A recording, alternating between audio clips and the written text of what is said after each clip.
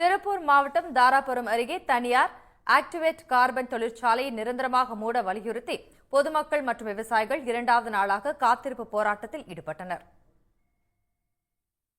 தாராபுரம் அருகே உள்ள பென்னாகரம் ஊராட்சியில் 3 ஏக்கரில் ஆக்டிவேட்டட் கார்பன் தொழிற்சாலை அமைக்கப்பட்டு வருகிறது.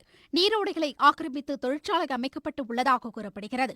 இந்நிலையில் தொழிற்சாலை அமைக்க ஊராட்சி வழங்கிய அனுமதியை ரத்து செய்ய வேண்டும் என்றும், சுற்றுச்சூழல் மற்றும் விவசாய நிலங்கள் மாசு ஏற்படும் என்பதால் நிரந்தரமாக தொழிற்சாலையை மூடக்கோரி பொதுமக்கள் மற்றும் விவசாயிகள் இரண்டாவது நாளாக காத்திருப்பு போராட்டத்தில் ஈடுபட்டு உள்ளனர்.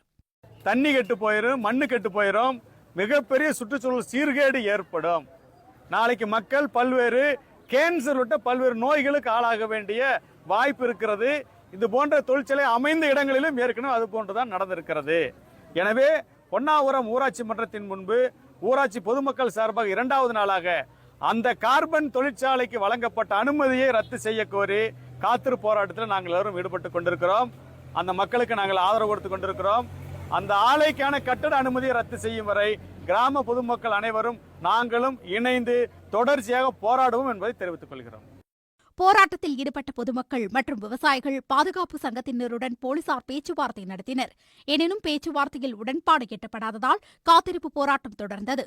கார்பன் தொழிற்சாலைக்கு நிரந்தரமாக தடை விதிக்கும் வரை போராட்டம் தொடரும் என விவசாயிகள் தெரிவித்துள்ளனர். உணவுகள்